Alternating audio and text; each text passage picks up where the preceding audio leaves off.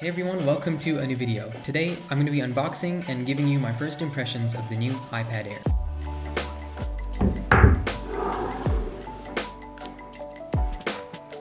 Okay, so here we are. Here's the unboxing.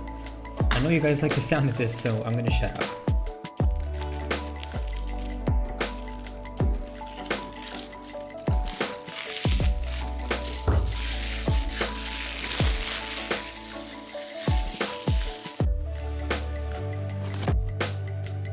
Alright, now we're in. Inside the box is the iPad, obviously. I've got the 64GB Sky Blue Wi-Fi only model over here. As usual, here we have the paperwork. For those of you unfamiliar with this comes with the regulatory information, a user manual, and of course, the Apple signals.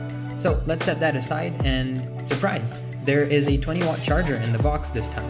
Accompanying the charger is the USB-C to USB-C cable. The iPad Air no longer has Lightning, and that's a change that I am really happy to see. That's all there is to see inside the box. Now let's get to unwrapping the iPad.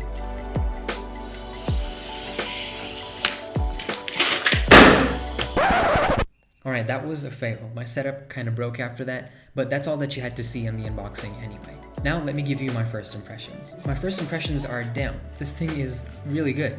I come from an iPad 2, and not having used an iPad in the last, I guess, 4 years, this one feels amazing. The modern look is really nice, bringing back the squared off, iconic design, and the almost full body display. Performance is nothing short of impressive as well. Apps open fast, games run flawlessly, and overall, using the iPad is a joyous experience. The A14 inside is a beast. For those of you interested, here is the Geekbench 5 score. I know Geekbench scores don't mean much, but this is only my first impressions. I will tell you guys more about the performance of the iPad Air and my full review coming soon. All in all, the A14 is a beast. I've been able to throw so much at the iPad in my testing and it hasn't choked at all. So even seeing how the M1 is performing, it's truly incredible what Apple is achieving. Next, let's talk about Touch ID. So as you know, Touch ID is now in the power button, and yeah, I don't mind having it over Face ID. It works almost every single time that I lay my finger on it. Setup was, I guess, a little bit slower than usual Touch ID, but it works fine. I'm super happy with Touch ID on the iPad Air. The speakers are great too. They seem plenty loud, and they fill the room with computational surround sound. It's magical almost. It's really nice. I also bought the Apple Pencil 2 to go along with my iPad Air. Though I'm not an artist, I am a student, and taking notes and just navigating iPadOS with the Apple Pencil is a joy.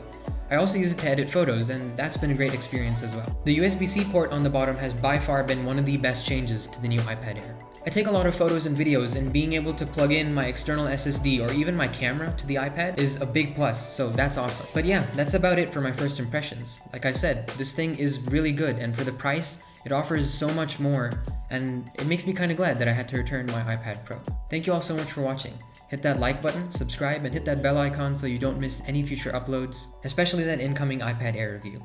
Share this video with a friend if you found it helpful or if you enjoyed it. And yeah, thank you guys so much for watching. I'll see you guys in the next one.